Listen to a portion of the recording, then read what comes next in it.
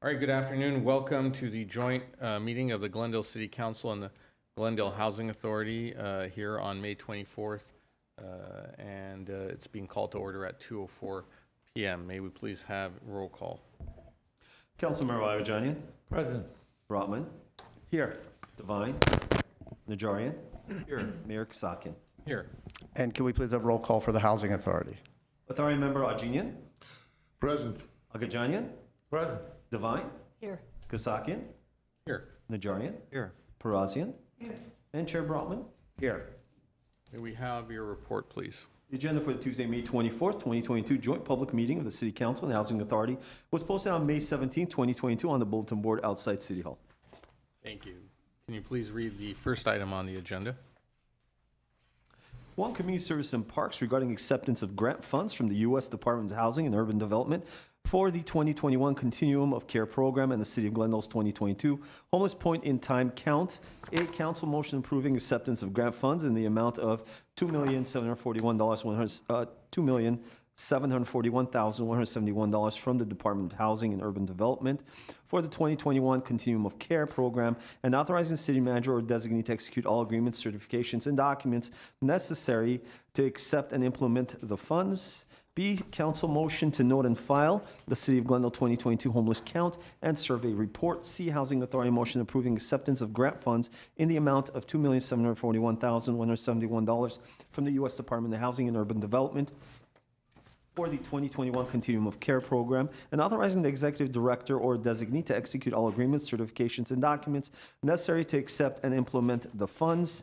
D, Housing Authority motion to note and file the City of Glendale 2022 homeless count and survey report. E, resolution of appropriation to appropriate grant funds in the amount of $2,741,171 received from the U.S. Department of Housing and Urban Development for 2021 Continuum of Care Program.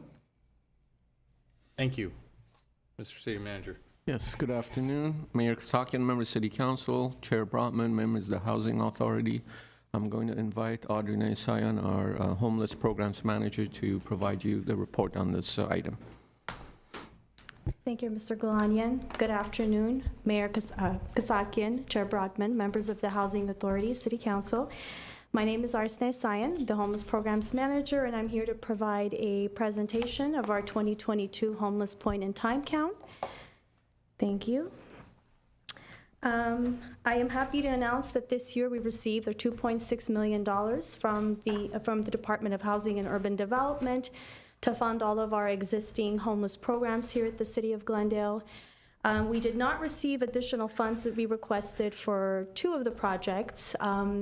The YWCA of Glendale and Home Again LA, two of our providers here in Glendale, had submitted projects for a coordinated entry system program here in Glendale.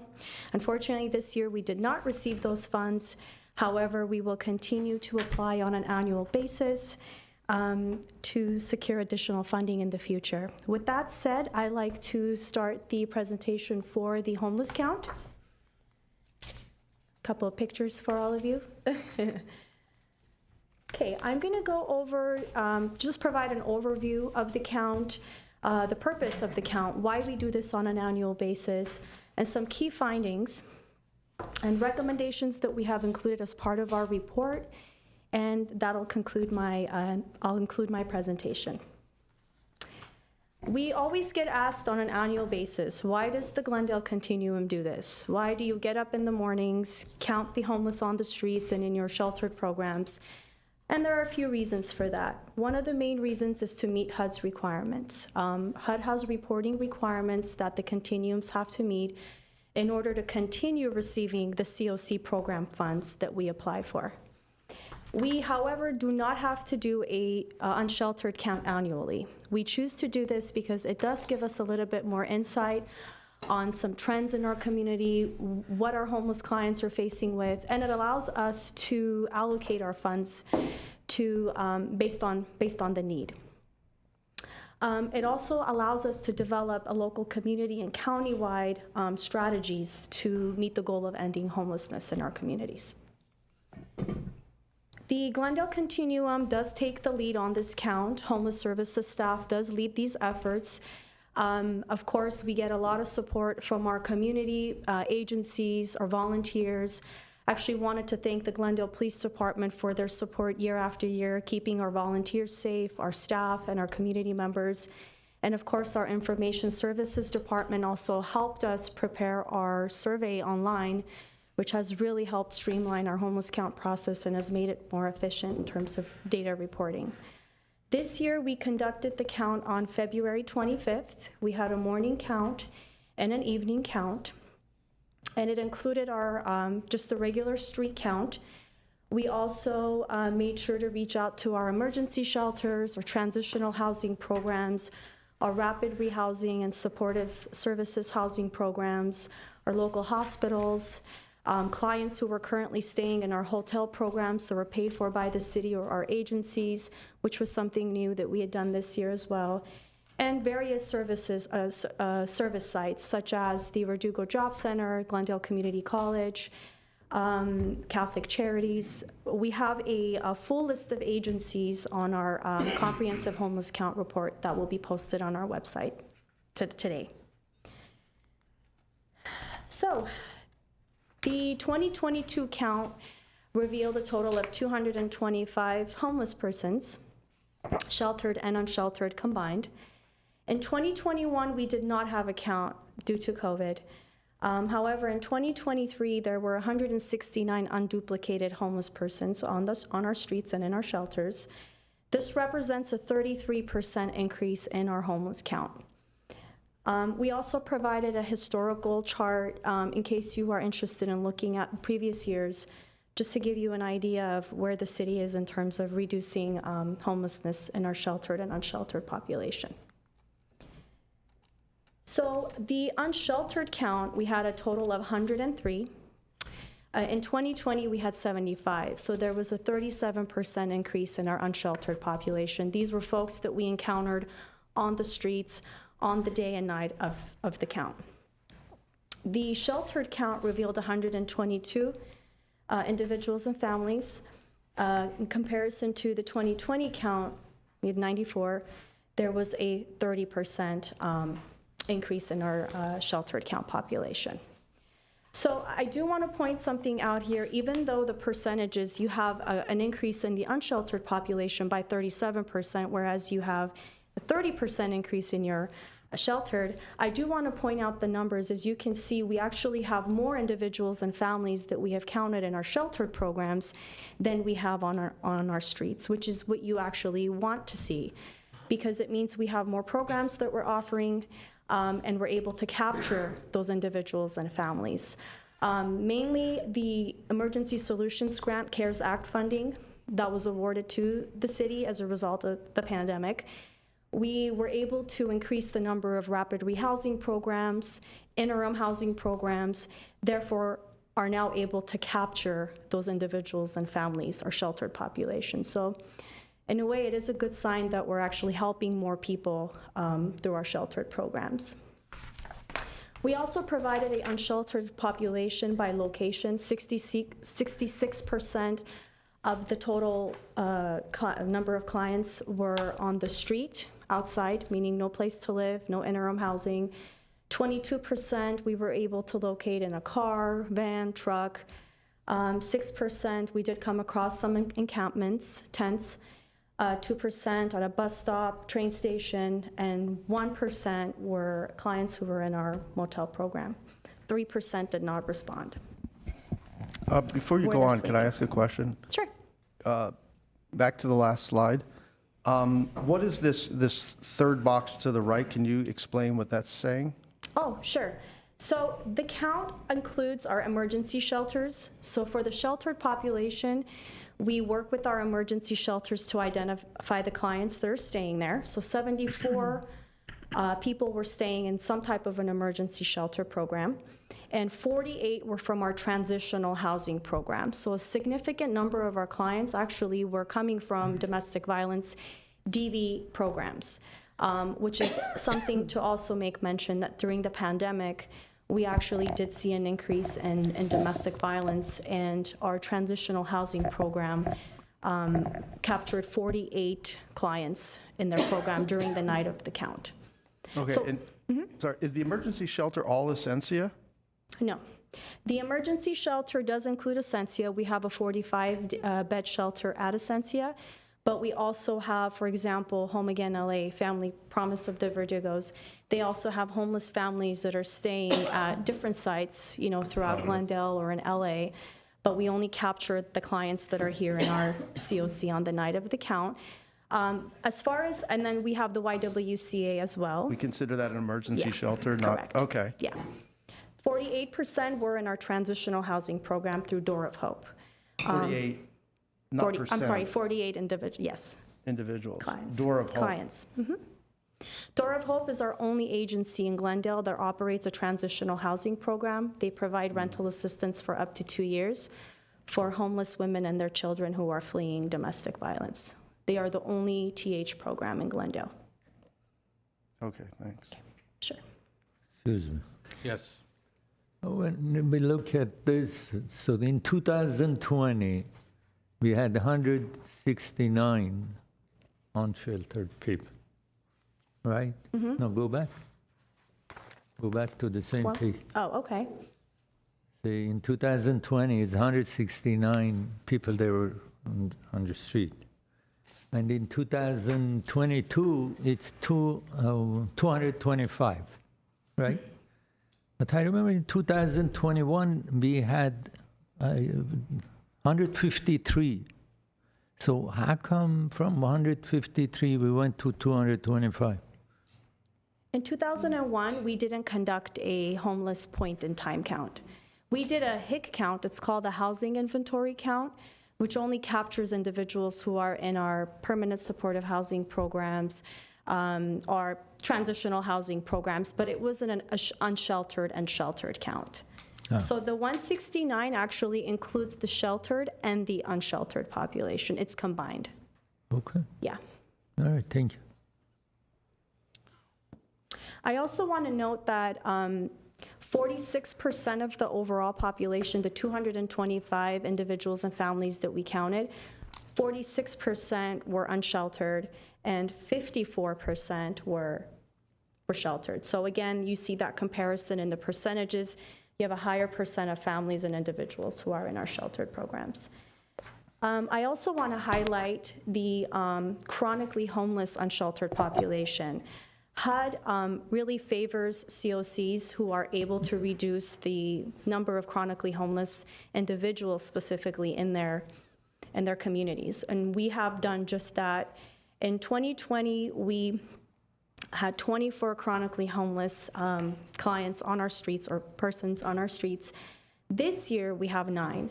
So that's a 63% reduction in our chronically homeless population, which is great news.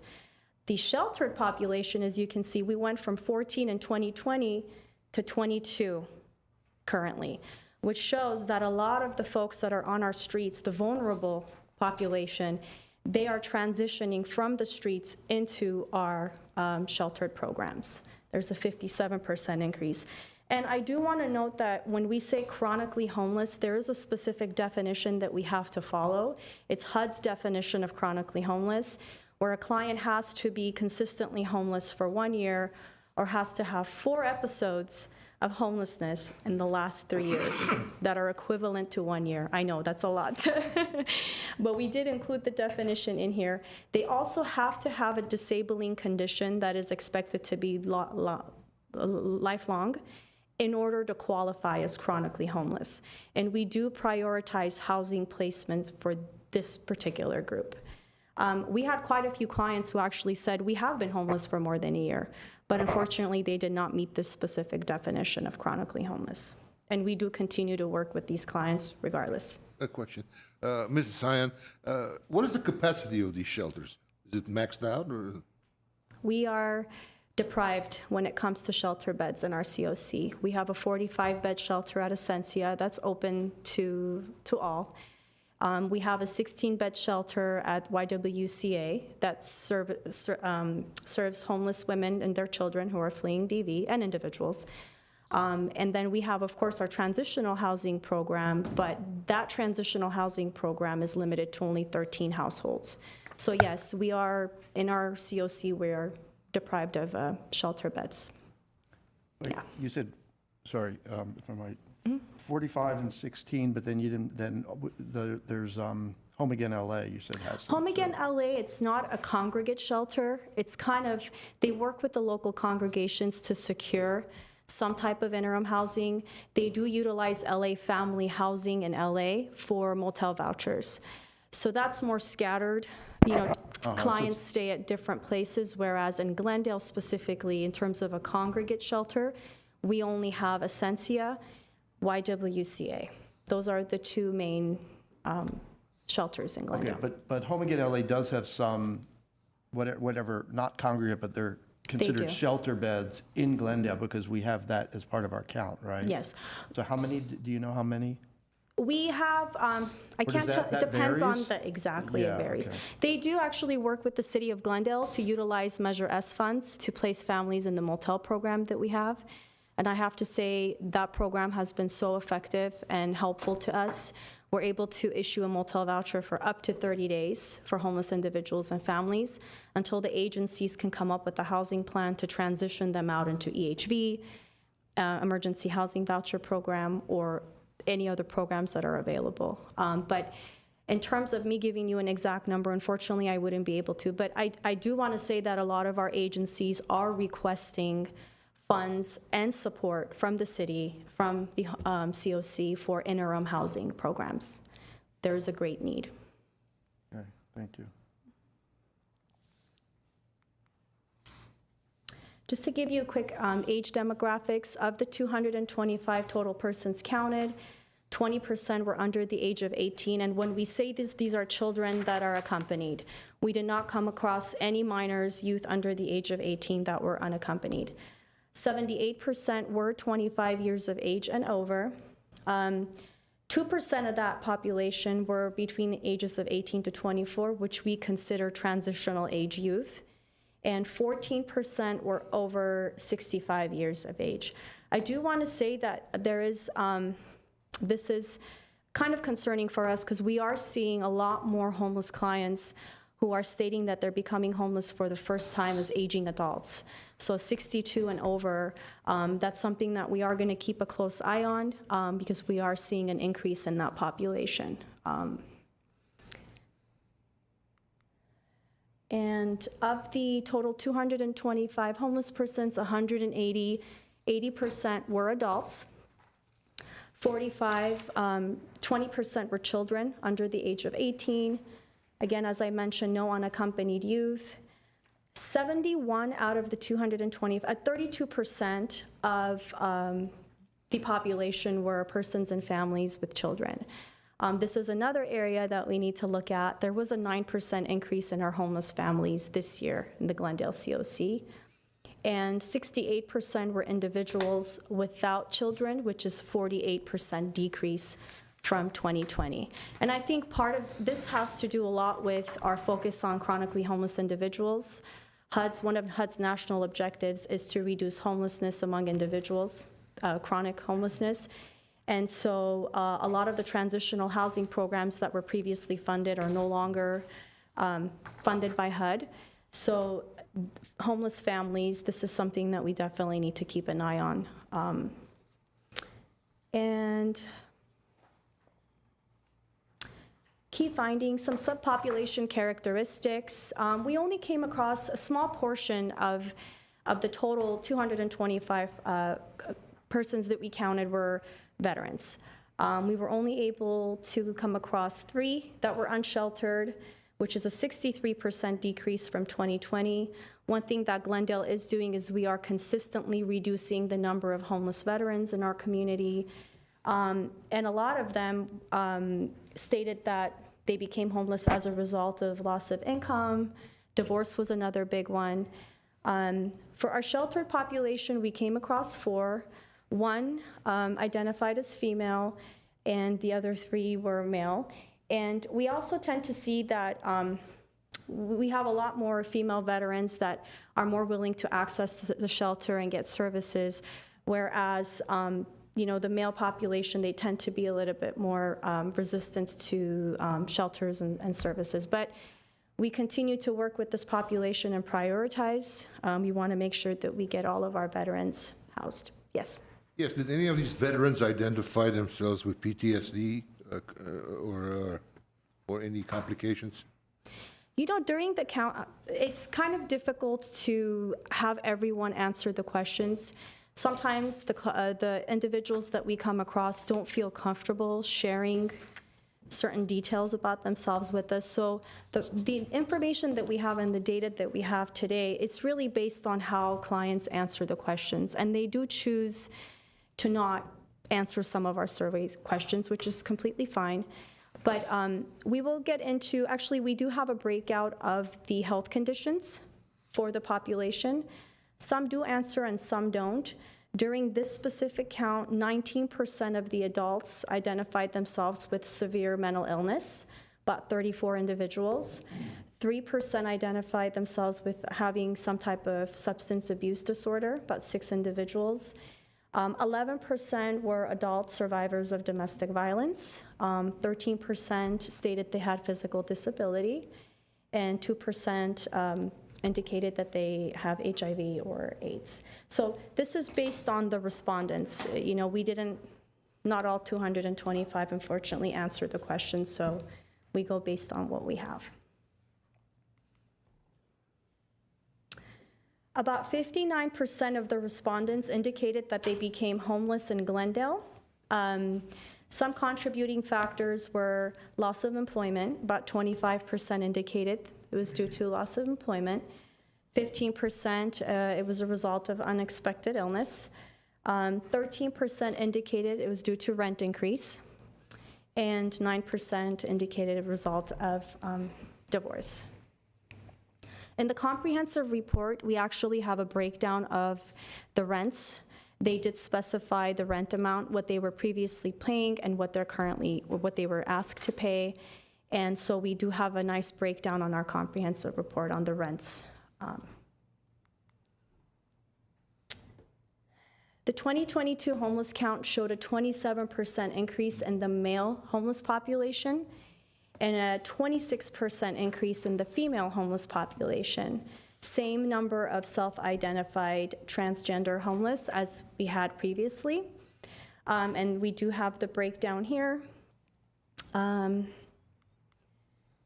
One thing that we did this year is use geolocation. So when our providers and service staff went out to conduct the count, we asked each and every individual to make sure to use the geocode. We were able to identify exactly where they were coming across the individuals and families. So as a result of that, we did notice that the good majority of the clients that we came across or individuals were localized in the downtown area, specifically Central Park.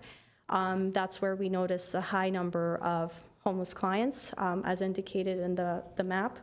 So that is an area that we do want to increase outreach and services around to make sure that we help everyone get connected to services and housing. So, race.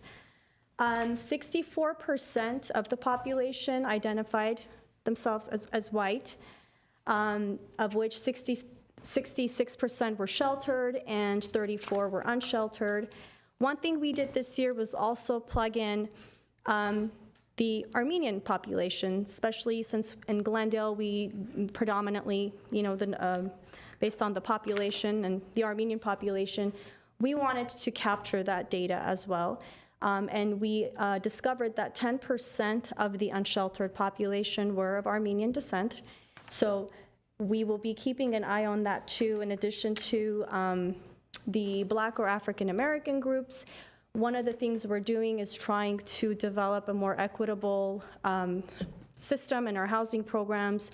We want to launch a racial equity analysis project, which we have started, but we want to further develop that and just kind of measure the equity in our programs and our access to supportive services and housing for these various groups. So, 64% were white, 15% surveyed identified as Black or African American, 4% surveyed as Asian, 2% identified as American Indian or Alaskan Native, Ethnicity, 54% identified as non-Hispanic, non-Latino, and 36% identified as Hispanic Latino. 10% did not answer the question on the survey. I have a question. Yes. So back to that last chart there. Yeah, so if somebody is Hispanic or Latino in the race question, where are they being identified? As white? Chair Brotman, Mayor Kasakian, the way HUD distributes the race and ethnicity, it's actually divided into two categories. So when we do the reporting for the homeless count, we actually do not combine the two. Race is listed separately, and ethnicity is also identified as its own category. They're not combined on the reporting requirements for HUD. Okay, so what if somebody, you ask and they don't identify as white or as black, but they say I'm Hispanic or I'm Latino? How do you handle that? The Hispanic and Latino category, it falls under ethnicity. So we don't actually report those clients under race. But what they can report themselves is multiple races, or they could choose not to answer the question. But unfortunately, the way the reporting works for the PIT, the Homeless Point and Count, is we only have these two categories, which is race and ethnicity. That's how it's broken down. Okay. A little confusing. Because it adds up to 100, the top chart, that has the race, that adds up to 100. 100%. So does that have all 225 in there?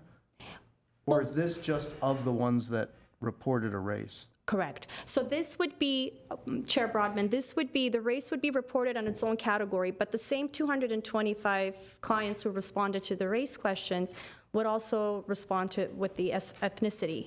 So they would either identify as Hispanic, Latino, or non-Hispanic Latino. But it would be pulled from the same number of people who answered the race question that is listed on the survey.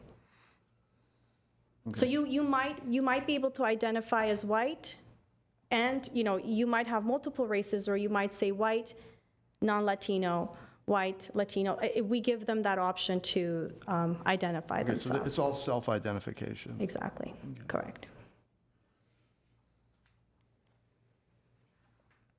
We did plug in a question for COVID-19. We wanted to see the impacts of the pandemic on the homeless population.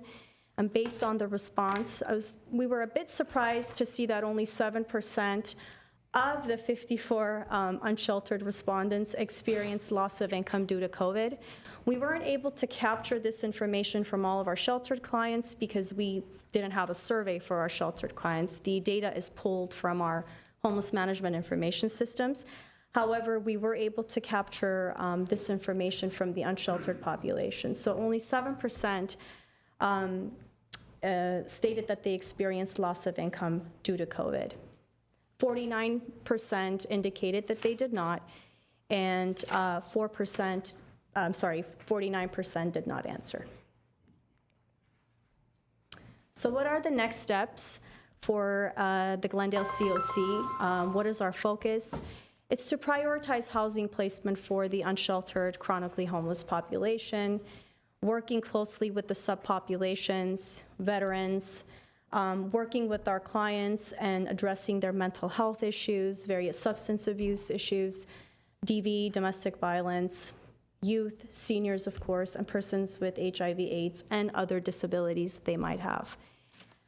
Through the coordination of our coordinated entry system, we want to work closely with our existing service providers to expand resources and focus on permanent housing and housing first models to really reach the most difficult, most vulnerable populations, I should say, and connect them to the much needed services, mental health, substance abuse, and housing placement.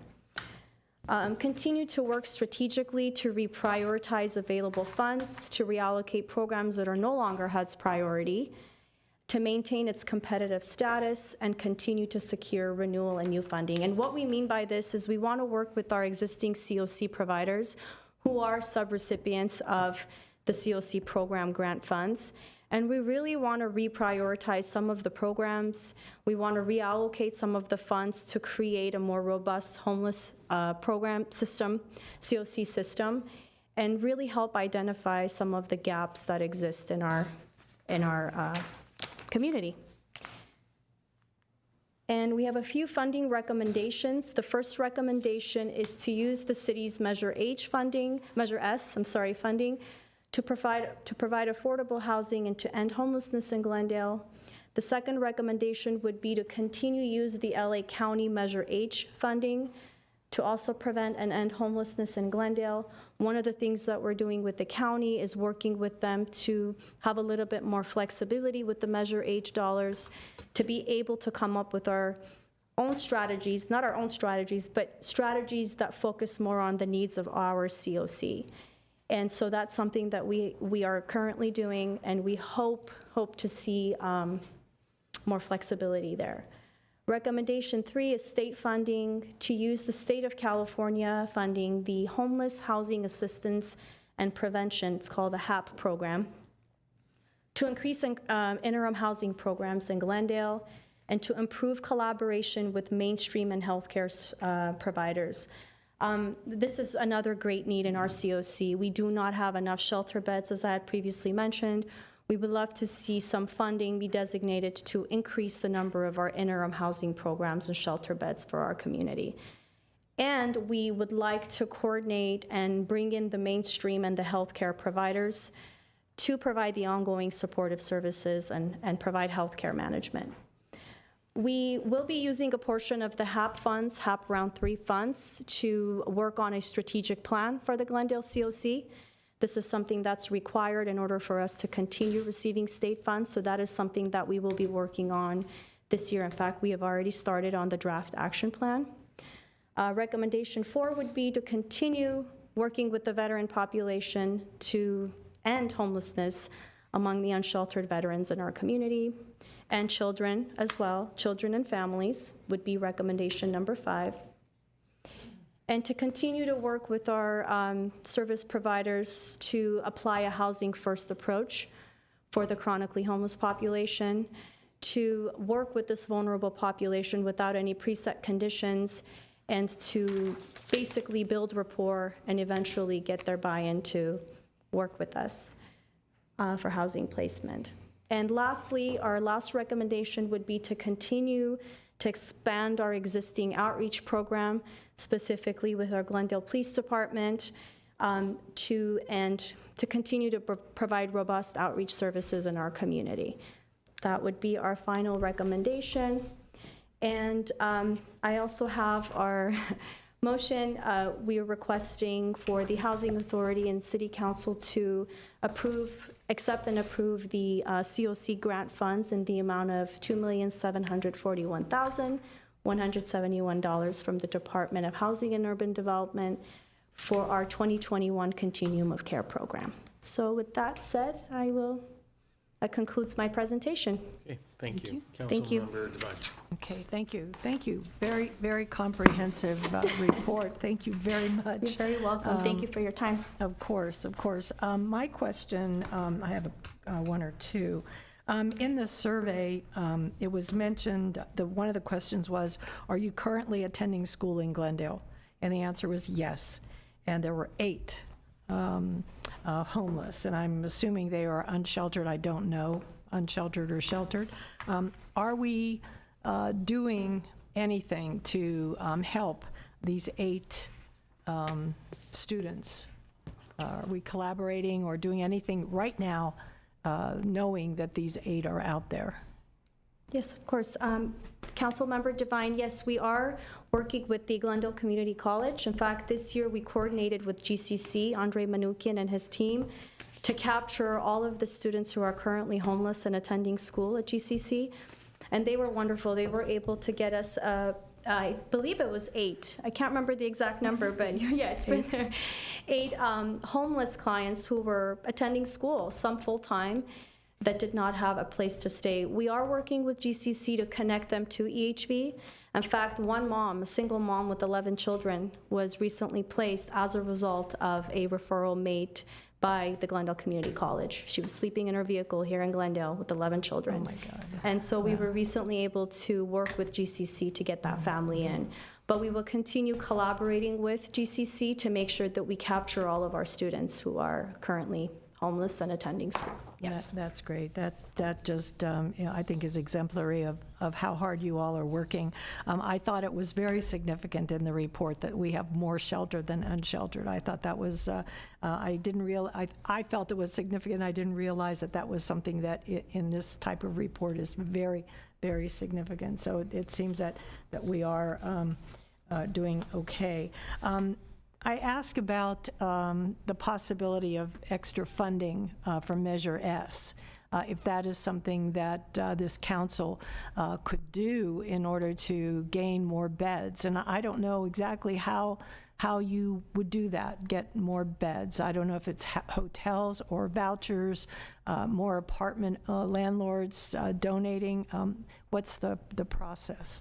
Mayor Kasakian, Councilmember Devine, we are certainly looking at this area as part of our strategic plan. What we want to do is utilize our state funds and our county funds to designate or increase funding for our interim housing programs. If we can't get any more beds through our traditional, the congregate shelters, we can develop, for example, a hotel motel program, potentially look at the opportunity of contracting with local hotels or even faith-based organizations who would want to work with us to have a congregate style setup at their facilities. So that is definitely a great need, and it has been expressed by our service providers as well.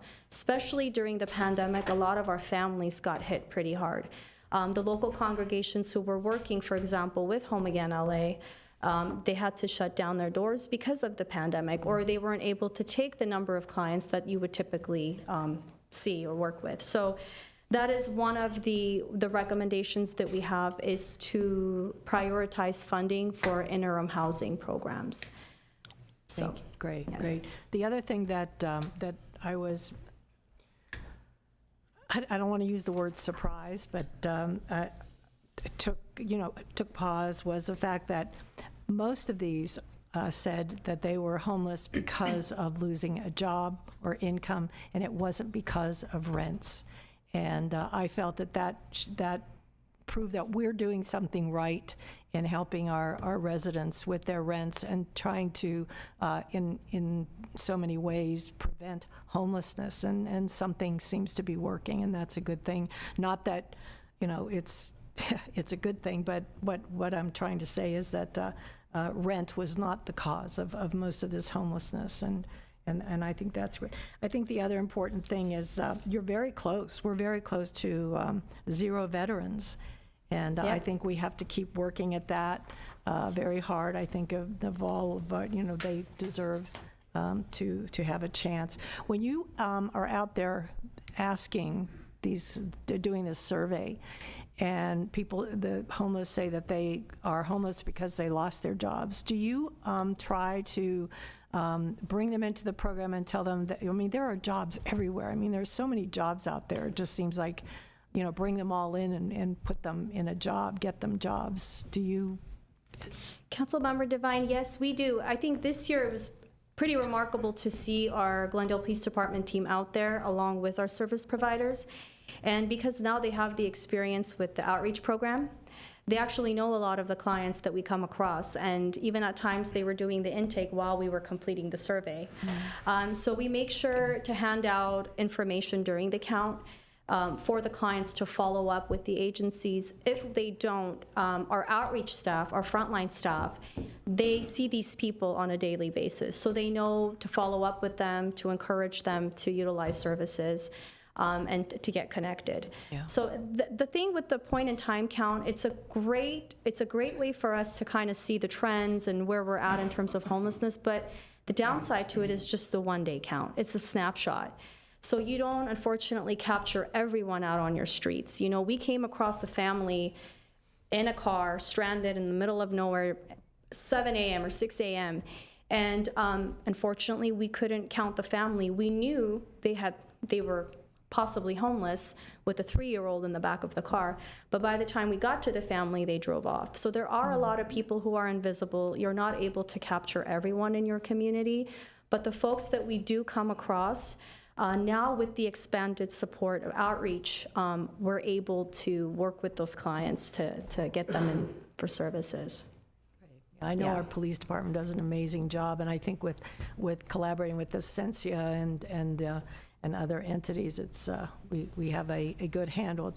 I just want to make sure, and I think all of us want to make sure that we don't see a snowball effect like, I guess it's Councilmember Najarian always says we don't want this to be LA, and this is certainly a case where we do not want it to be LA. So good job, good job. Thank you, Councilmember Devine. Thank you. Ms. Parazian. I have a quick question. First of all, thank you for the report. Then, you said that the HUD did not award for new project, right? Yes. For additional, funding. But what was the reason? Sure, Chair Broadman, Housing Authority Member Rora Parazian. There are 3 main reasons why we weren't awarded the funding. First, there was not enough funding to go around for all of the COCs, so only very competitive projects got in. You had to be able to substantiate the great need for the program.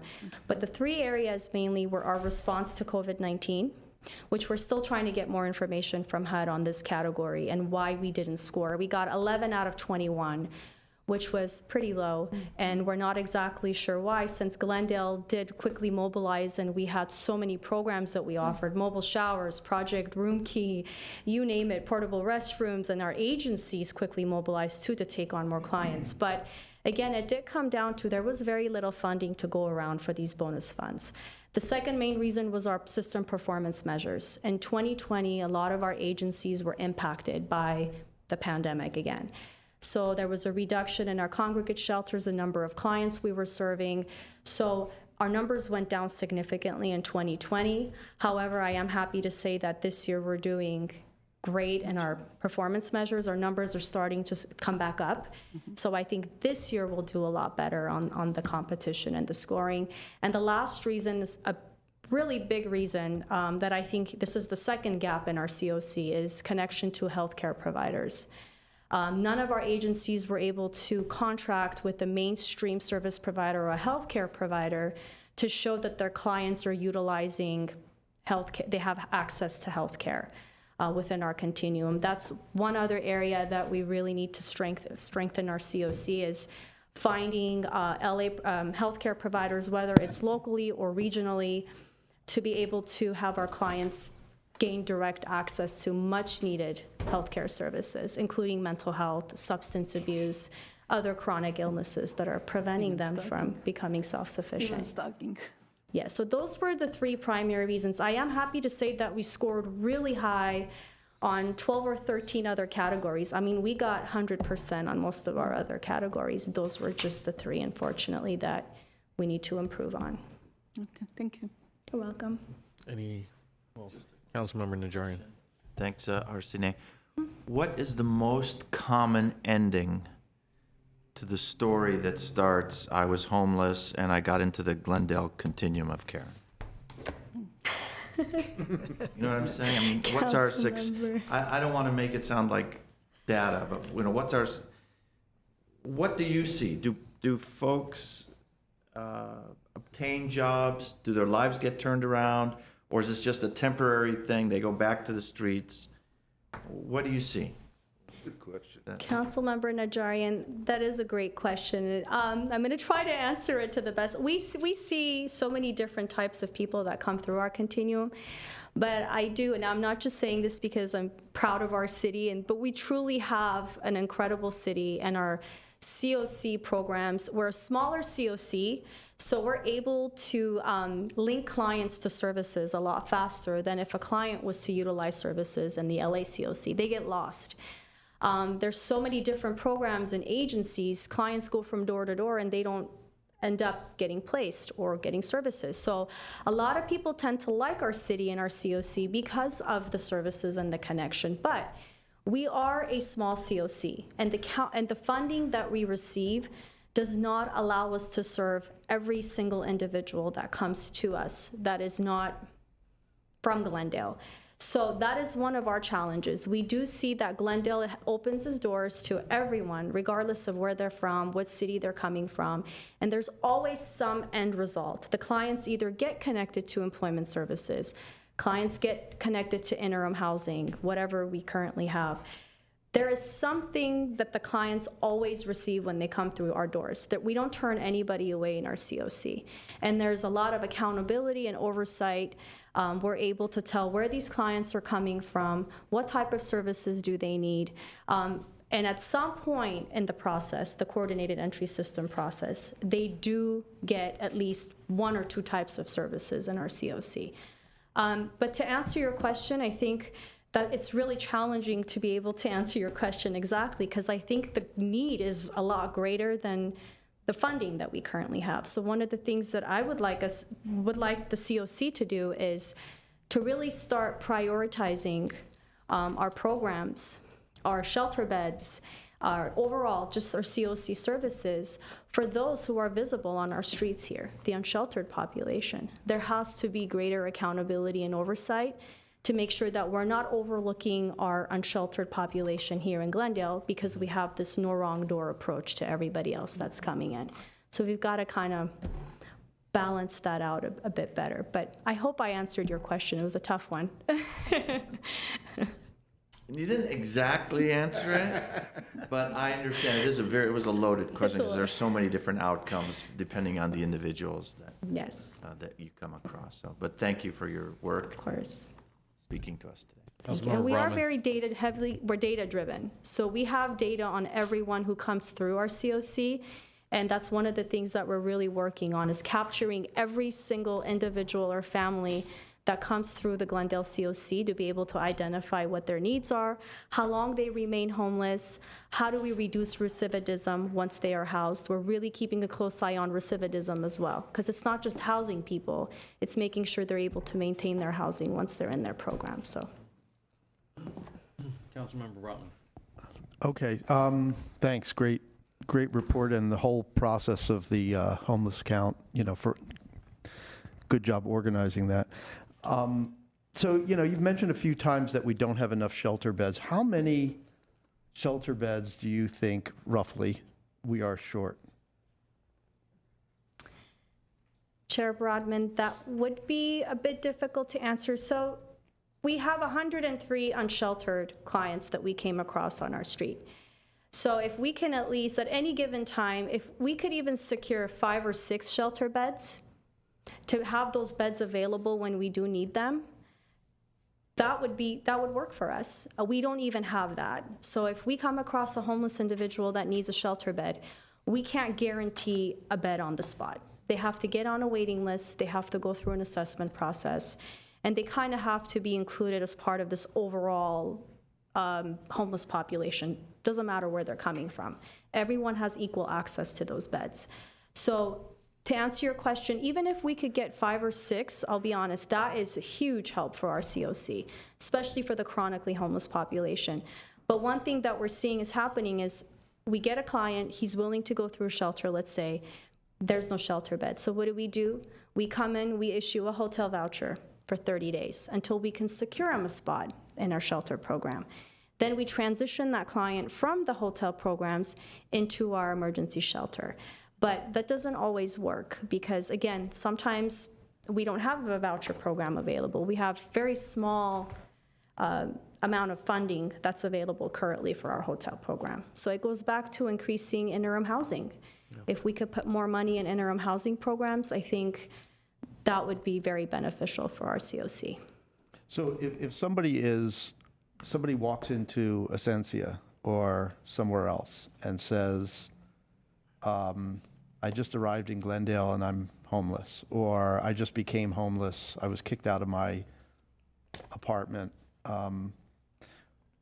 do we have something for that person, or do we have to say to that person, let me take your name and your number and come back tomorrow? I mean, how often are we sending people away? Chair Broadman, often. I think Essentia does try to help everyone that comes through their doors, but again, because the need is a lot greater, they only have 45 beds. Most of the time when clients come through, they don't get placed right away. So they'll do an intake and an assessment. They'll let the client know you're in our system, you're on our priority list, or our waiting list, I should say. But that's pretty much it. And how about the hotel voucher you mentioned? So we can't say, we'll put you up at a hotel, or we don't have that? We currently do have that, thanks to Measure S funds. We had a small amount of money allocated to the hotel program, but it was so beneficial for us because we were able to come in at least and work with Essentia to say, yes, you've identified someone, they don't have a shelter bed, we'll provide the hotel voucher, just please work with this individual to get them on your waiting list. But then they get 5 more people who show up at their doorstep who might be more vulnerable, and so that person might end up last on their waiting list. It's all based on an assessment. The higher you score part of your assessment, you're prioritized quickly for a shelter bed. So these clients, you know, they're waiting and waiting, but they don't have that quick turnaround with a shelter bed. So that's where we come in currently, because we do have funding available with our CARES Act and our Measure S funds, and provide them with a motel voucher. And it has helped quite a few. We have been able to place around 5 clients just in the last couple of months as a result of the motel program. So we have enough funding for the vouchers to, that's, I'm still confused. Somebody walks in, and it sounds like we have funding, you're saying, to get them into motels. So we're still turning them away, or we're able to get them into motels?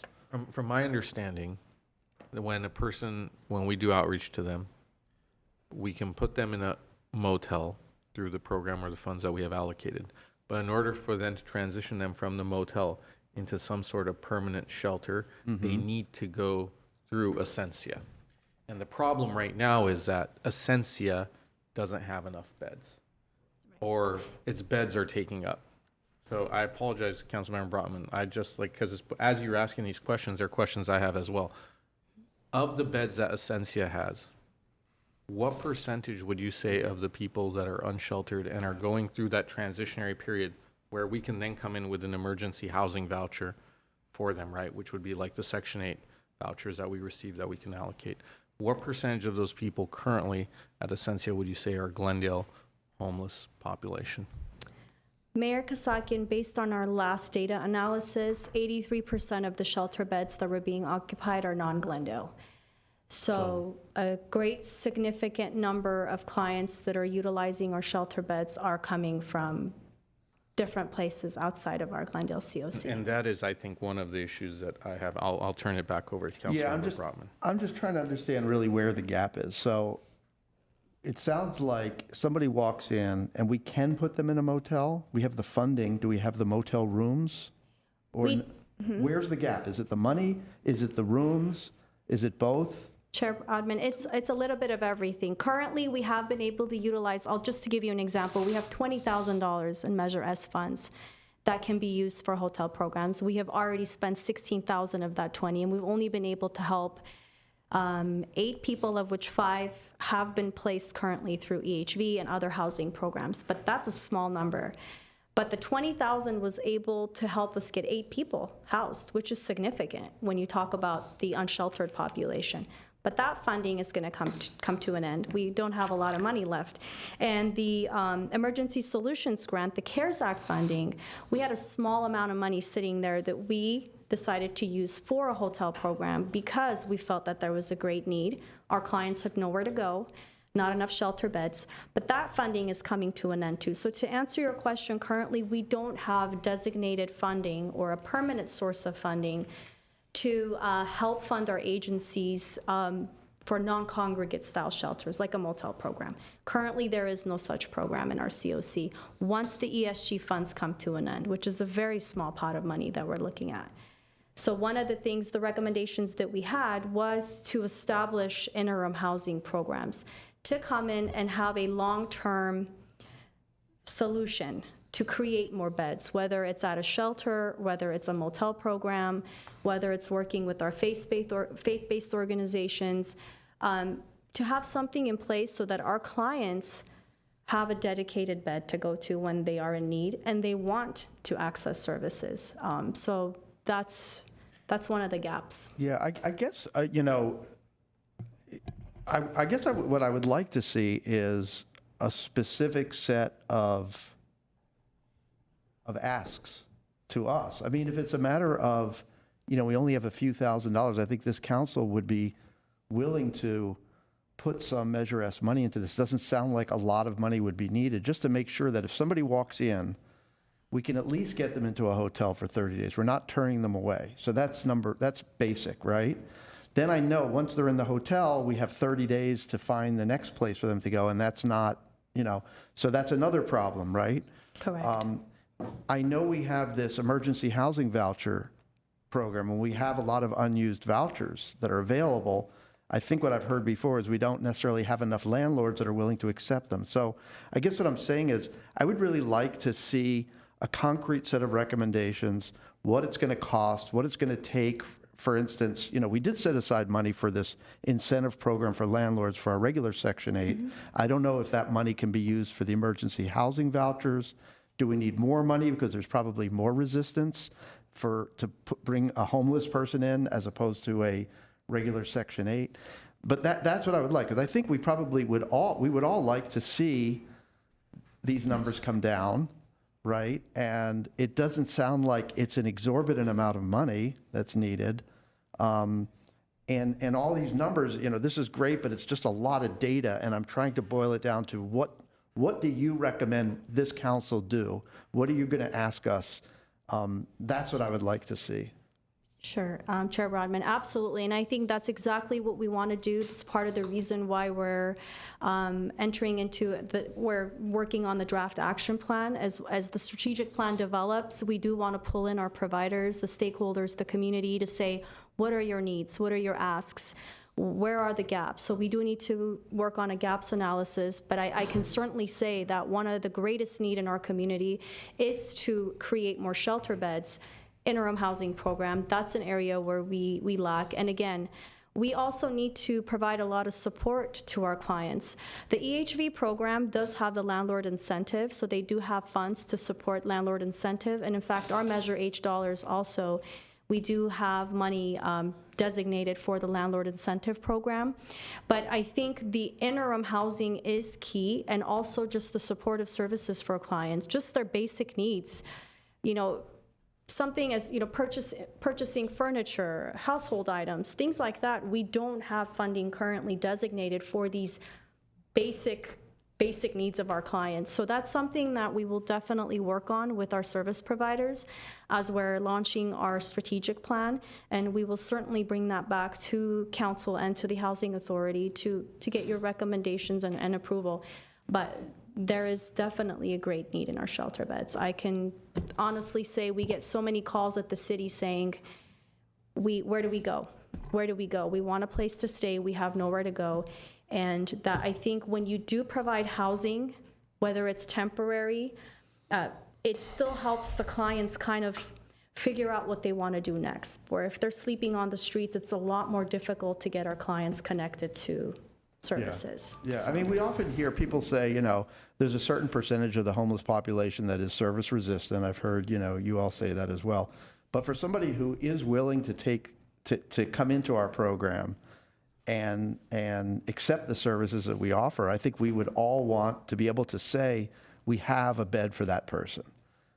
We're never going to turn somebody away that wants to be in the program. So we're going through our Measure S budgeting now.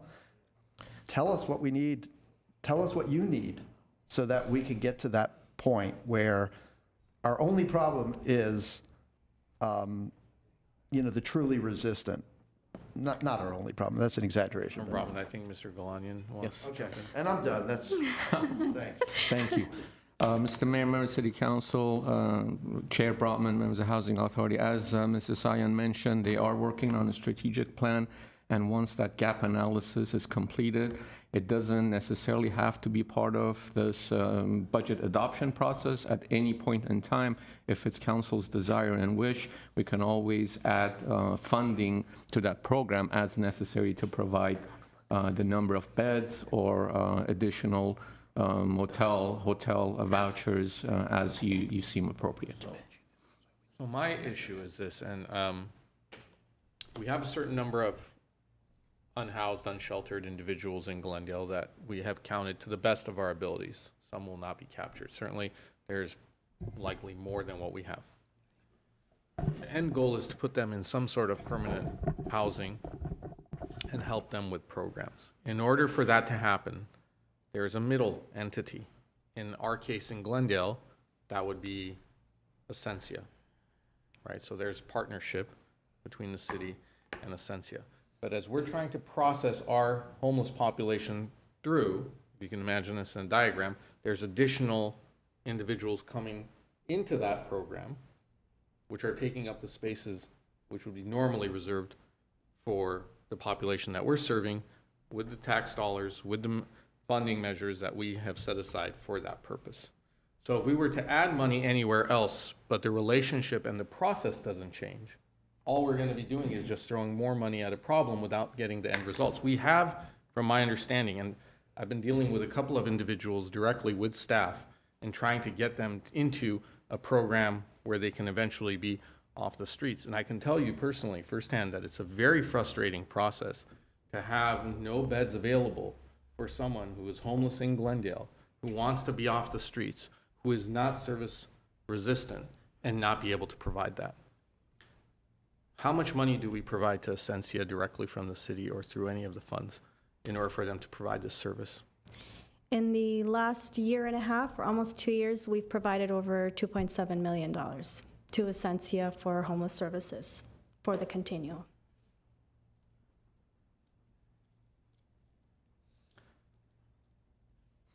I'm just letting that hang out there for a little bit. How many emergency housing vouchers do we have currently? We were allocated 225. We have leased up 33. Okay. And we currently have, I believe, 110 that are available, but it's a tricky process because they have already been, clients have already been referred. It's just the Housing Authority doesn't consider a voucher utilized until they clear background. So I don't have the exact number, but I know that a good majority, I want to say maybe only 40 vouchers are unallocated at the moment. Okay. But we can get you the exact number. Our Great. lease-ups have gone up to 32, which is really good news. I do want to quickly mention, we didn't ask for Measure S funds this year for fiscal year 22-23, mainly because we do anticipate getting state funding. Our HAP funds are coming in, and it's a little over $300,000. So we wanted to prioritize the state funding first for interim housing programs, and we're also working with the county for the Measure H funds. We would like to see if we can use a good portion of the Measure H funds also to provide interim housing. But once those funding sources are exhausted, some of these are ad hoc grants, so we don't know if we're going to continue getting grant funds. We will certainly look into Measure S, requesting funds there. So when a person, just to get some clarification on this, so when a person who's not necessarily a Los Angeles area individual comes in, a Glendale was not captured in the Glendale homeless population count, comes and is entered or admitted through Essentia, through which agency do then they have to go through for permanent housing? Is it Los Angeles or Glendale? Mayor Kasakian, just to be clear on your question, so if any individual accesses, wants services in Glendale, where do they have to come through? No. So I'm assuming that there are some, you mentioned that there is about 84% of beds are now allocated to individuals who were not part of the Glendale homeless count. Correct. So now those individuals, when they are going to be housed in permanent housing, right, they go through the process, there's an assessment done, and then it's the next step to try and get them the services they need Correct. and eventually housing. Who then provides that portion? How do they get processed through that? Who is their provider for an emergency housing voucher? Mayor Kasakian, we do. Once clients enter our continuum and they have a designated shelter bed, we are the ones that provide the services. Now, a few of the clients may be connected to services in LA County, so Essentia might be working with the county to get those clients out. So not all of them get connected to housing programs in Glendale if they're already working with someone in LA County. I know Essentia has recently expanded their outreach to East Hollywood, West Hollywood. I know that they are working with Providence and Burbank for some of the shelter beds, so they have clients who are discharged from the Burbank Hospital into the shelter beds. They also work with LA Family Housing to place families from LA into their shelters. So they have different programs and agencies that they do work with, but for clients who don't have a housing plan and they're currently physically here in Glendale, then we have approved a great majority of the clients that are non-Glendale in our EHV program. Because I do know that at one point when we were trying to place one individual into that in a transitionary congregate shelter, they were going to be forced to go from Glendale all the way to downtown Los Angeles to one where there was quote unquote a cot or a bed available. Yes, Mayor To me, Kosaki. that strikes me as very disruptive to the process and the workflow that we're trying to conduct to be able to house our homeless population. Lastly, and I don't want to, I know that you're here asking for the approval of this funding or these grant funds, and we've gone into a lot more of the policy and process discussion, which I think is important for us to all have. But you mentioned these increases within Glendale's figures for the unsheltered. Do we know what the regional numbers are, or how much it has increased regionally, if it has, or if it has dropped and has increased here? What is the comparison of Glendale to the region? Mayor Kasakian, we don't. Actually, all the COCs are publicly announcing their homeless count results in May.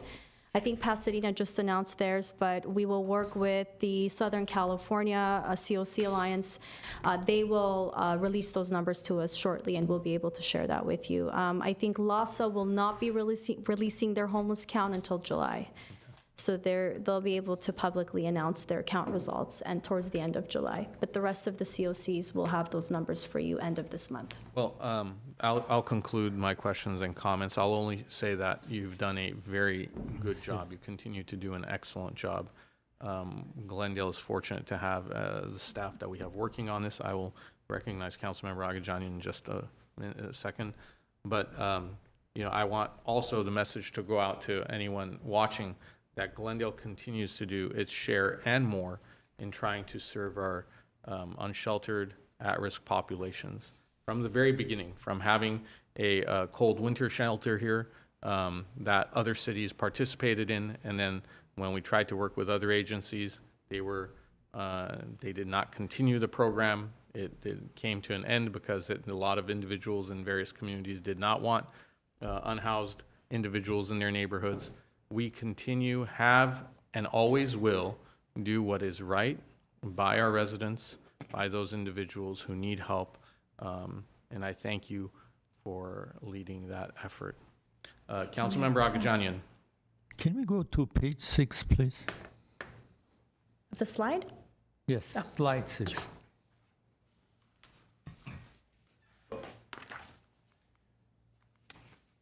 When you look at those, the chart on the left side bottom, so I don't know if you can see, but however it's here, in 2010, there was 428 sheltered and unsheltered homeless. And then every year, the numbers has been reduced until 2020. Let's say on 2018 was 260, and then in 2019 is 243, and in last year of 2020 is 169. So what we have done or not done, that this is a major change until 2020, then I have question afterward. What you think has been done or not done that we changed that number of homeless people, drastic change you can see in that respect? How you can explain that? Councilmember Agajanian, that is simply the result of the winter shelter program. We did host the winter shelter program, I believe, in 2009, 2010, and 2011. can't remember the exact date, but I know 2010 for sure. The increases that you see in the counts, they have almost doubled, is a result of the city of Glendale hosting its local winter shelter program here at the Armory. And that did increase the number of homeless clients in our community, because just out of the winter shelter alone on the night of the count, we were able to capture close to 200 homeless individuals. No. So that's simply one of the major contributing factors, is that we were previously hosting a winter shelter program, which we are no longer doing so. And we have continuously worked on reducing the number of homeless in our community. And now more than ever with the emergency housing vouchers, it's such a great opportunity, because for the last 5 years, or I would say 7 years, there hasn't been much movement in terms of permanent housing. So even though you bring a lot of clients in, there's really no place to exit them because you don't have permanent housing programs available. But now that we have the EHV vouchers, it's such a great opportunity to really work together to get as many clients housed as we possibly can, whether in our city or in our neighboring cities. It's a really unique opportunity this time around. So it's just simply the result of the winter shelter program. Okay, on 2020 was 169. The number is 169 when you add up sheltered and unsheltered. And now we have 225 in year 2022. Do you think that has to do with things became more expensive, so there are more homeless people, or we cannot say? What's the reason from 2020 to 2022, from 169 to go to 225 is a major jump? How you explain that? Councilmember Agajanian, we did work extensively with our service providers. Every year we look at ways that we can improve the count. And one of the things that we did this year, we actually brought on new providers that we work with to capture everyone that is on our streets or in our shelters. For example, Glendale Memorial, they were instrumental this year too in trying to help us capture as many homeless clients, utilizing their hospitals. Glendale Community College, Mr. Manukian and his team were also very supportive of the count. We brought in more service providers, and by the way, they are all listed on our comprehensive report. We wanted to make sure to thank everyone involved during the count. But we also extended the hours. So in the past, we were only allowing agencies to complete surveys, let's say 2 or 3 hours out of the day. Well, this time around, we let the agencies count the entire day. So that when clients are accessing services, whether they're at the Verdugo Job Center or they're at the library, Mary Leisure and her team worked around the clock to make sure they're capturing everyone. The Adult Recreation Center was able to extend their hours that they were counting the homeless individuals. So making those modifications, we actually allowed some of our service providers to submit surveys a few days after the count, but they confirmed that these individuals were homeless on the night of the 25th. So making those small adjustments allows you to capture more people. This isn't to say that we didn't have more homeless in 2020 or 2021. We were able to, I think, capture more people too as a result of small adjustments and improvements that we make to the count, and we will continue to do so that we can capture as many people. And it's just a snapshot. Unfortunately, you're not going to be able to count everyone. There's no way to be able to capture everyone, but at least this gives us a little bit of an insight. Thank you. And Mrs. Sion, I appreciate that on slide 12, also in your key findings, there's some details as to how some individuals became homeless, whether it was loss of employment or unexpected illness. Thank you. We appreciate that. Thank you, Ms. Thank you. Thank you. My pleasure. I'll move for council. So for council, we have 1A, 1B, and 1E. Mr. City Attorney, can those all be moved together? Yes. Okay. Okay, I'll move 1A, B, and E. Is there a second? Second. Thank you. May we have roll call for that? Councilmember Agajanian, Yes.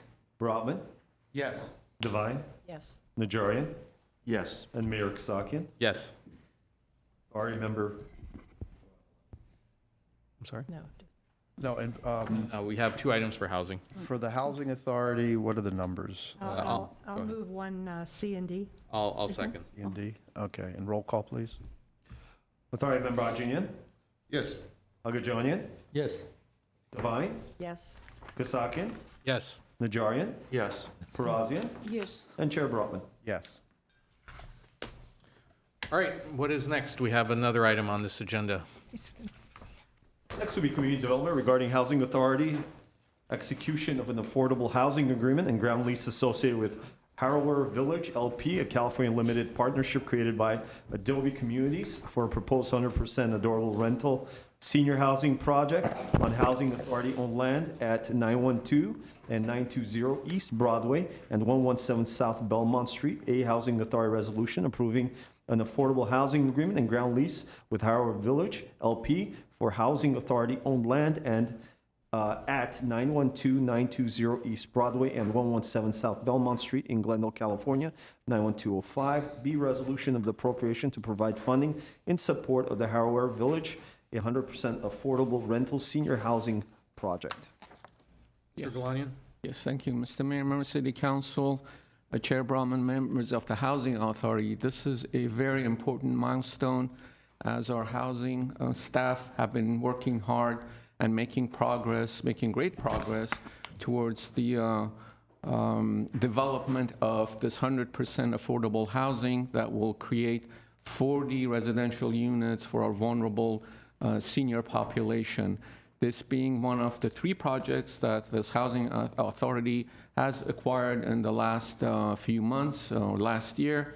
And I'm going to turn it over to Mr. Fortney, our principal housing manager, who's been instrumental in making sure that these projects come online in a timely manner and come to a fruition based on your direction. Mr. Fortney? Thank you, sir.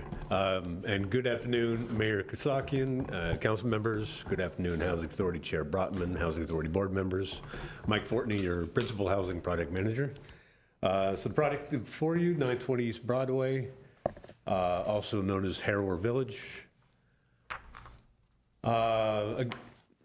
As stated earlier, it's a 40-unit affordable rental project for seniors. It's studios and 1 bedrooms, 14 studios, 25 1-bedrooms, and then we have a 2-bedroom manager's unit. Parking for this project will be in the adjacent project at 900 East Broadway. We're calling that Citrus Crossing. That's one of the other 3 projects we're currently working on. 127-unit project right across the alley. So the parking for this project would be provided there. Again, this is an adaptive reuse and historical preservation of 3 historic buildings, and then the addition of another new construction building on the site. So there's a picture of the northeast corner at the top, showing the existing building. That's 920 East Broadway there, and then you can see 117 South Belmont further down. And then the second shot you're seeing there is what will be coming out of the ground before too long. That's the 127-unit Citrus Crossing project that's right across the alley from Harrower Village. So the project will target seniors earning between 30% and 60% of area median income. This chart just shows you extremely low income is up to the 30% mark and what the max incomes are for 1, 2, and 3-person households. And then it also shows you the range for very low income as well as low income. Those are 2021 HCD limits. I found out about an hour and a half ago that 22 limits just came out. So these will change just slightly, very slightly. They change every year. Unit mix and rent. We have 5 studios at the 30% tax credit mark. So the gross rent will be $621. The effective rent will be only $577 when you deduct the utility allowance. And so this shows you the most any one unit will cost will be $1,330 gross, and then an effective rent of $1,278. And that's on the 60% 1-bedroom units. And our sources of funds, it's a very expensive project. Ground up is usually our best bet. If you go pure AC rehab, it depends on the project. A pure AC rehab project, usually total construction costs aren't, you can get it less, although our subsidy may be higher. It's tricky because of the financing. But then when you talk about adaptive reuse, you're talking about taking one use, converting it to another use. That's where you start to get a little more expensive. And then when you add the layer of historic preservation to it too. It does add up. So total sources for the project, 29.5 million rounded. So it is an expensive project. Those are the best numbers I've got. The numbers do get refined all the way up to the point where we close on the construction of the project. So our involvement with the property, we are putting in $3.5 million in cash, and we are contributing the land. And if you notice the land, 7.2 million, that's actually not what we paid for the land. We paid 12.1 million for 900 and 920. We allocated $6,050,000 land value to the Citrus Crossing project and $6,050,000 to this project. However, the land has appraised higher since then. So we're actually giving the land, but it's actually valued at 7.2 million. So our contribution to the project is $1.2 million more than what we actually put into the project in terms of cash, if that makes sense. So our per unit capital, or our per unit subsidy on the project's slightly higher than what actual cash we put into the project, and that's just a function of the land appraising higher since we acquired the property. Again, so the terms of the affordable housing agreement, the ground lease, 40 residential units for the seniors. There'll be one manager's unit, so 39 affordable units. We are providing a ground lease of, it says here minimum 75 years. What we came up with is a 75-year ground lease with a 10-year option. The 10-year option could go away if we see an additional fund source come in. We don't know, and we will close before we know if that funding source comes in. But that funding source is a small amount, about $575,000, but that's about the same amount as the perm loan. So if that money comes in and all of our costs are on schedule, then we could eliminate that perm loan, which then would eliminate the need for that 10-year option to extend the lease. So total assistance to the project, $10,700,000. Again, that consists of $7.2 million for land, as well as $3.5 million in cash, totaling $267,500 per unit. So large subsidy. So our assistance will always be, it's always in the form of residual receipts loan, secured by leasehold deeds of trust. That's how we always structure our deals. And then fiscal impact, no new net dollars. So what we're doing here is we're bringing $1.8 million in home dollars and putting it into the project, and we're pulling $1.8 million in Measure S, pulling that out of the project. So it's no net impact from the letter of loan commitment that you approved already. So we can't commit to $1.8 million in home or any dollar of home until we have a fully financed project. So we have this step when we bring the AHA. We did it at Citrus Crossing. We'll do it again in a couple of months with Pioneer as well. And then that $3.5 million breaks down to $543,000 in low and moderate income housing asset funds. If you recall, in December, we brought the low mod report. It's an annual report we do. We have to spend our low mod dollars on extremely low income. So you'll see that we did have one qualifying RDA extremely low income unit, and that's, we have that because we have the $543,000 in low mod going in.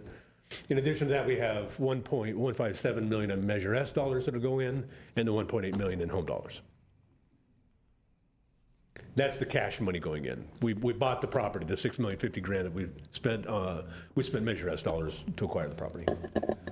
And then next steps, we are in the building permit process. We are hoping to get building permits issued next Friday. I think we probably set a record if we do pull permit next Friday in terms of the fastest building permit process. I want to just have a shout out for Mark Berry, who's been helping me on all three of these projects through the building plan check process. He's been very helpful, as has a great deal many staff, too many I couldn't even mention. We will start construction on the project at late June, so a month roughly from now is when you'll start to see activity out on the project. We've got a deadline of June 30, 2024 to complete construction. I believe the TCAC deadline would be actually 12/31/24, but we feel and the board feels that June 30th, 24 is achievable. And like any other project, 6 months prior to our expected certificate of occupancy, that's when we'll begin the marketing process to lease up those projects. The goal is always to have 100% lease up of the property. Within 90 days of C of O, we typically try to do it within 30 days. We don't waste time. And that's it for my presentation. Of course, I can answer any questions. Ross with Abode, not Adobe, Abode Communities is here as well if you would like to ask him any questions. Thank you very much. Councilmember Devine. I do. What are the square footages of the studio and the 2 bedrooms? How does that play out? Oh, so the studios, let me see if I've got that. The studios, I He's coming believe, down. 400. no less than 575 square feet. Oh, Average is the average is 505. Yeah, minimum was 460. The minimum we were allowing was 460 square feet, but we're averaging 505, with the largest being 557. No, 505, that's one bedroom. Oh, the one bedroom. One bedroom is- Average is 557 square feet. Okay, so I was shocked that it's $300,000 per unit.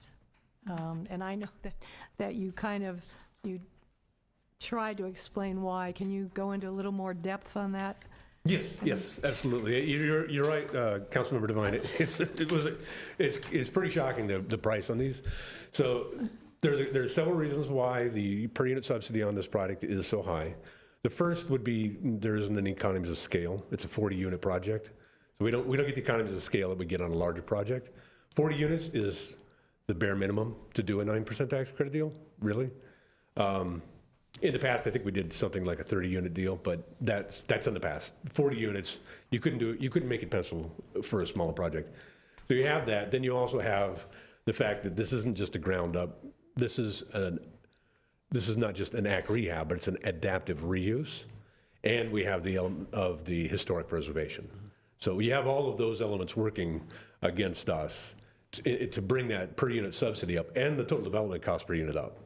And then kind of the saving grace on this is, we split this property up. There was a reason why we split these properties up. We went with 2 different developers, 2 different financing schemes, 2 different schedules, the whole enchilada. But if you look at it, we bought the property as a whole, 900 East Broadway, 920 East Broadway. That's 167 units, right? So if you look at the per unit subsidy, when you spread it across the 167 units, we're actually close at about $150,000 per unit, which is, in the 15 years I've been here, I'd say our average has been about $140,000 a unit. So we're close to our average. And then, as you know, we're also working on Pioneer, the 515 Pioneer Drive. That's 340 units. If you throw that into the mix and you look at all 507 units that we're currently working on now, our subsidy per unit is $95,000 a door. And the only time we've ever done a deal with that low a per unit subsidy was the Glendale Arts Colony. And on that deal, we don't own the land. So we don't have the benefit of owning the land on that one, where we own the land on all 3 of these. So yeah, this particular project, yep, the per unit subsidy is high. I hope you can accept my explanation as to why it's so high. But if you look at it holistically, looking at bringing in Citrus Crossing, we're close to our average. And then when you consider Pioneer on top of that, we're killing it at 95,000 a unit. Okay, thank you. Thanks. Thank you. That's it. Any other questions or comments? Councilmember Najarian? I'm glad to hear you sailed through planning and permitting. I hope that you weren't forcing individual residents out of line, jumping to the front of the line, because we're getting we have many concerns with the process, and it's just unusual. I don't think I've ever heard anyone ever say, wow, planning and permitting was so fast and so easy. So, and I'm not getting on you, I'm getting on Mr. City Manager. Let's make sure that on our future projects that, although we very much support the affordable housing concept, but there are people in line, I presume, and maybe different scales of review, different planners doing it, but you know what I'm saying. Let's not. And don't brag about it, especially because we're going to have hate mail from residents now. Oh, the city's project gets through in record time. Meanwhile, the little addition I want to put behind my patio. Anyway, okay. But I'm glad I'm glad that we're moving forward so quickly and that we'll be moving on that. Thank you. You bet. And if I could say, I didn't say it was easy, just fast. Okay, all right.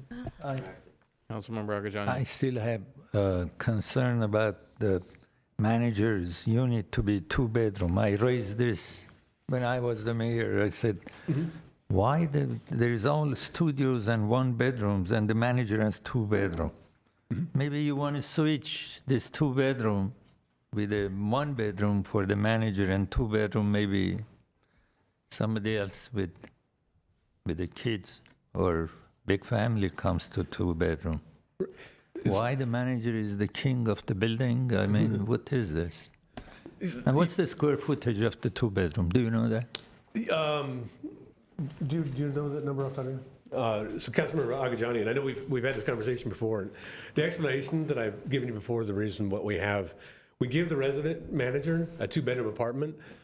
The other units, these are senior units, right? But the resident manager is not going to be a senior. The resident manager could have a family of 4 or 5. So it could be a married couple with 2 or 3 children.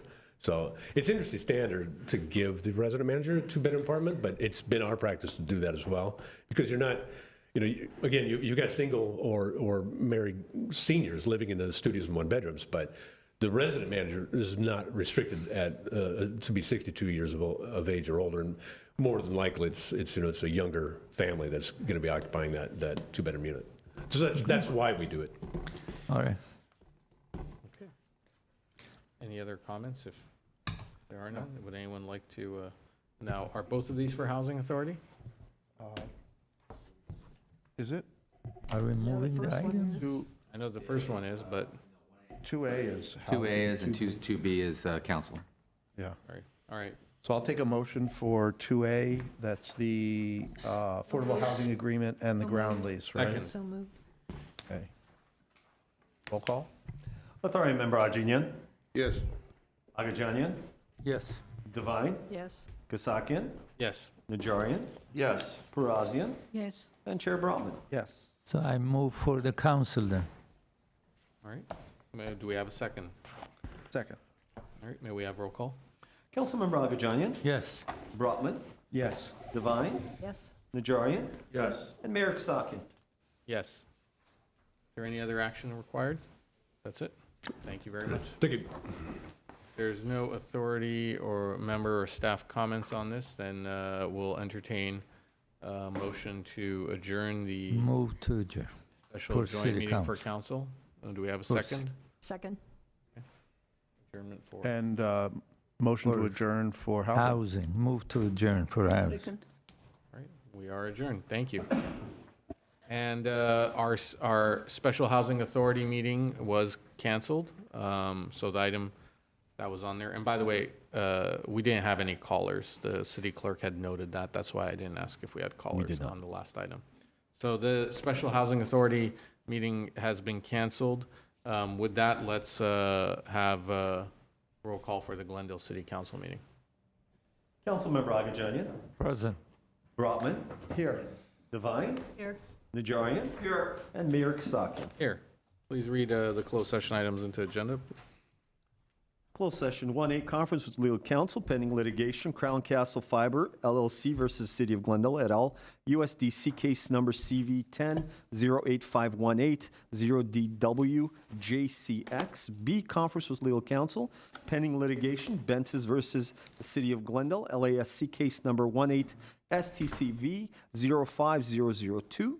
C would be public employment principal assistant city attorney. D would be conference with legal counsel pending litigation, Gharibian versus the City of Glendale, LASC case number BC 723157.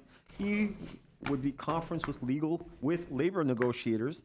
The city designated negotiators attending the closed session are Ruben Kalanian, Michael J. Garcia, Jillian Van Meiden, John Taktayan, Amy Martin, Jason Bradford, Carl Provolitis, and Laura Calty. The name of the employee organization is Glendale Police Officers Association. F, conference with real property negotiators, property location, real property generally located at the terminus of New York Avenue near Park Vista Drive, commonly referred to as Mountain Oaks. Negotiating parties, FE&M Incorporated.